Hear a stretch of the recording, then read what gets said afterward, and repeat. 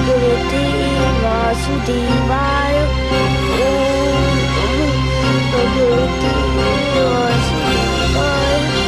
ओम नमो भगवते वासुदेवाय।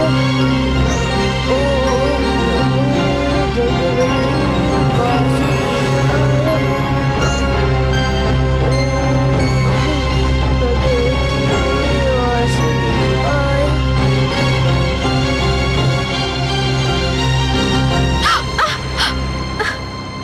हे भगवान, ये रक्त कैसा? हो ना हो मेरा पुत्र किसी संकट में है। न जाने क्या बीत रही होगी उस पर। क्या हुआ महारानी? अरे ये रक्त कैसे निकल आया? आप तो विश्राम कर रही थी। पता नहीं, लगता है ये रक्त मेरे पुत्र की पीड़ा का संकेत दे रहा है।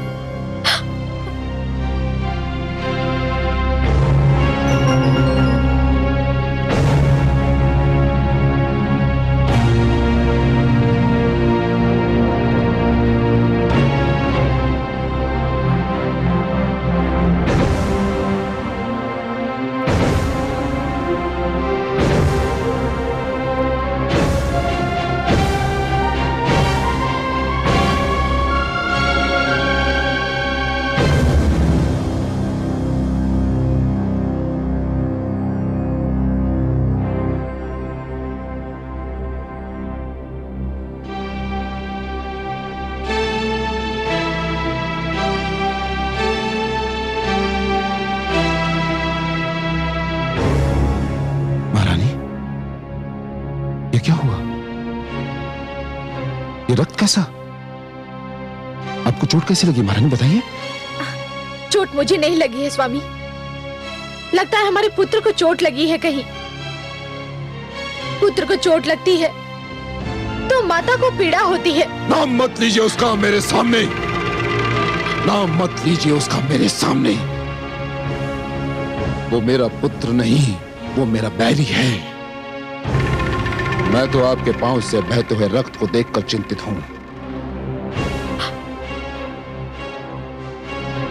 मेरा रक्त आपको इतना चिंतित कर रहा है, पर पुत्र के शरीर से जो रक्त बह रहा होगा वह भी तो आपका रक्त है, आपका अपना रक्त। उसकी कोई चिंता नहीं है आपको? उसे क्षमा कर दीजिए स्वामी। नहीं महारानी, सब कुछ हो सकता है किंतु ये नहीं हो सकता।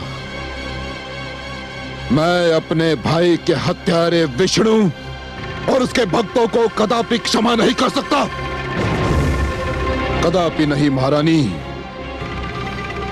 हाँ, यदि वो अपनी भूल सुधार ले, विष्णु का नाम लेना छोड़ दे, मुझे ईश्वर मान ले, तो मेरी बाहें और मेरे मन के द्वार उसके लिए खुले हैं।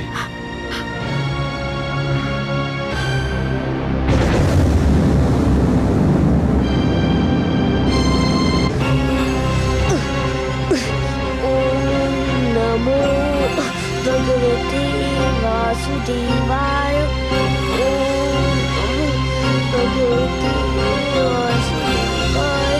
ओम नमो भगवते वासुदेवाय। ओम नमो भगवते वासुदेवाय।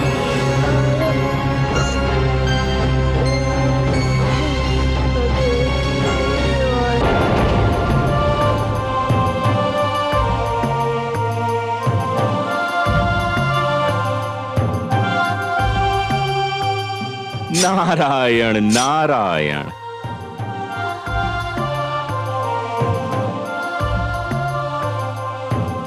प्रणाम देवर्षि। आयुष्मान भव। पुत्र, कांटों पर क्यों चल रहे थे? तुम अपना मार्ग बदल भी तो सकते थे। गुरु अपने ही पढ़ाए पाठ को भूल जाने को कह रहा है। हे देवर्षि, आप ही ने तो कहा था कि विश्वास का मार्ग कभी ना छोड़ना, वासुदेव को कभी ना भूलना। परंतु पुत्र, इन कांटों ने तो तुम्हारे पांव को लहूलुहान कर दिया है। तुम्हें पीड़ा हो रही होगी।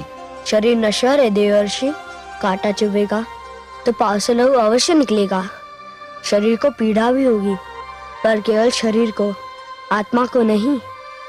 मेरी आत्मा को तो श्री विष्णु के महामंत्र ने अपनी सुरक्षा में ले लिया है। शरीर पीड़ा झेल रहा है, परंतु आत्मा आनंद विभोर हो रही है। पर अब तो मुझे कांटों के कारण जो पीड़ा हो रही थी, उसमें भी आनंद मिल रहा है।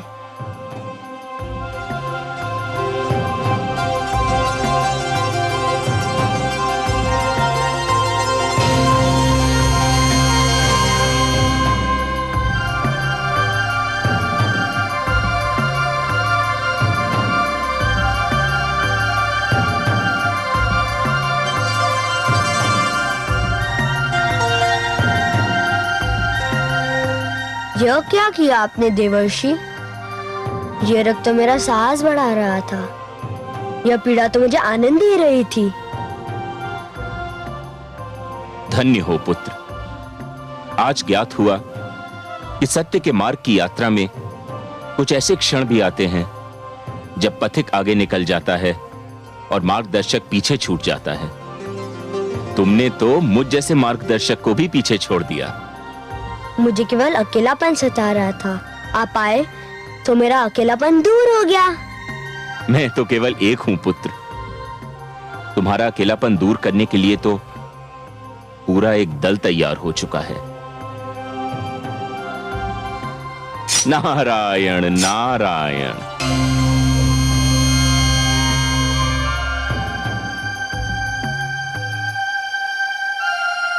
ओम नमो नारायण।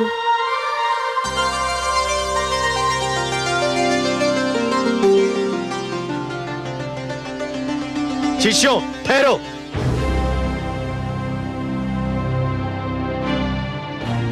ये सबके सब तुम कहाँ भागे जा रहे हो? हम जा रहे हैं गुरुदेव। अरे वह तो हम भी देख रहे हैं, परंतु कहाँ जा रहे हो? अपने मित्र के पास। मित्र के पास? हाँ, हम राजकुमार प्रहलाद को खोजने जा रहे हैं। हम उन्हीं के साथ रहेंगे। अरे मूर्खों, सर्वनाश होगा तुम्हारा भी और हमारा भी। अगर भगवान हिरण्यकशिपु को इस बात की सूचना मिल गई तो तुम्हारा तो सत्यानाश होगा ही, हमारा जीवन भी संकट में पड़ जाएगा। प्रहलाद ने भगवान हिरण्यकशिपु को ईश्वर न मानने का अपराध किया है, इसलिए उसे दंड दिया गया है। तुम क्यों दंड को निमंत्रण देते हो? वह अपराध तो हमने भी किया है गुरुदेव। हमने भी श्री विष्णु को अपना ईश्वर माना है। ओम नमो भगवते वासुदेवाय। ओम नमो भगवते वासुदेवाय। अरे मूर्खों, सत्यानाश हो तुम्हारा। रुक जाओ। हे भगवान, रक्षा करो हमारी। भ्राता, अब तो गए हम भी और तुम भी। सदा की भांति इस बार भी आपका वचन सत्य सिद्ध हुआ। पुत्र प्रहलाद सचमुच अकेला नहीं है। असुर गुरुकुल के समस्त विद्यार्थी उसके विचारों से सहमत दिखाई दे रहे हैं। महादेवी, बाल अवस्था में मन की स्थिति कोमल होती है, उपजाऊ भूमि की भांति। इस अवस्था में जो भी विचार मन की धरती में बो दिए जाएं, बहुत सरलता से जड़ पकड़ लेते हैं। उच्च विचार, उच्च आदर्श और जीवन के उच्च लक्ष्यों को बालकों के मन में बो देने के लिए बाल्यावस्था सबसे सुहानी ऋतु होती है। हाँ कमल नयन, मैंने स्वयं देखा है। पुत्र प्रहलाद ने असुर बालकों के मन में सुंदर विचारों के बीज डाले हैं और अब उनमें प्रेम की खेती लहला रही है। परंतु हे दया सिंधु, पुत्र प्रहलाद न जाने कब से भूखा प्यासा भटक रहा है। मुझे उसकी यह दशा देखकर बहुत दुख हो रहा है। कैसे होगा उसके पोषण का प्रबंध? हिरण्यकशिपु ने तो उस पर जीवन के सारे द्वार बंद कर दिए हैं। प्रकृति ने तो अपने द्वार बंद नहीं किए ना महादेवी। हिरण्यकशिपु ने आपके पुत्र प्रहलाद पर जितने द्वार बंद किए हैं, वो सारे द्वार प्रकृति स्वयं अपने हाथों से उसके लिए खोल देगी।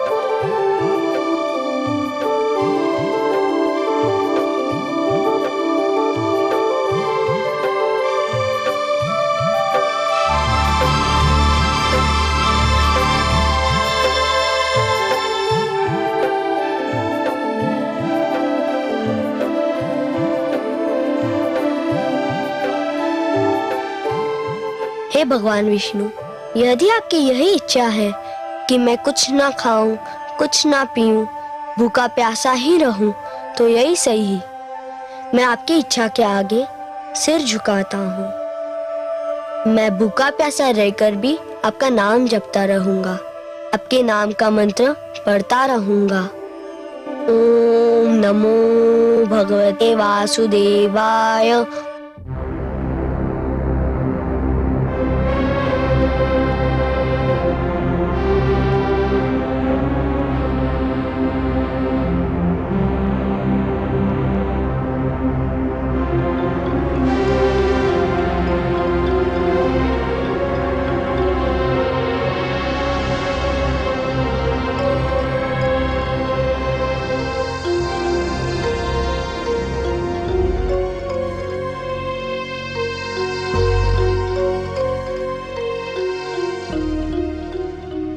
भगवान, भोजन परोसा जा चुका है।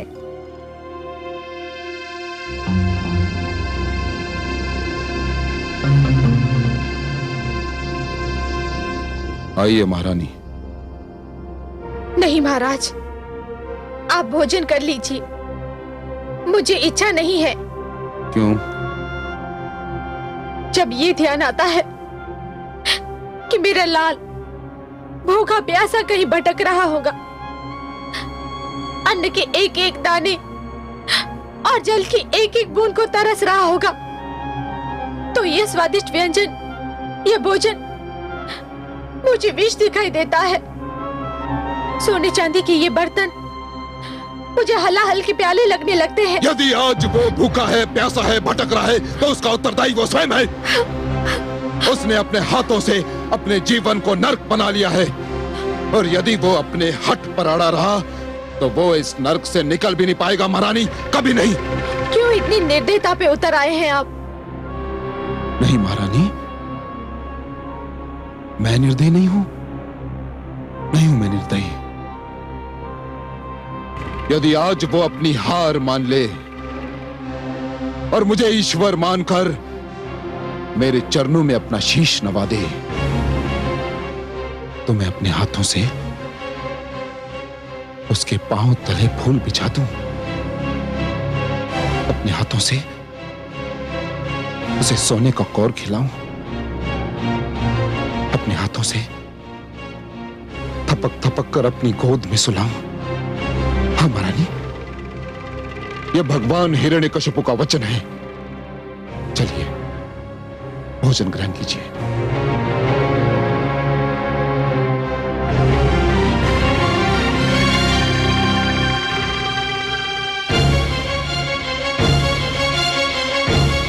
हे स्त्री,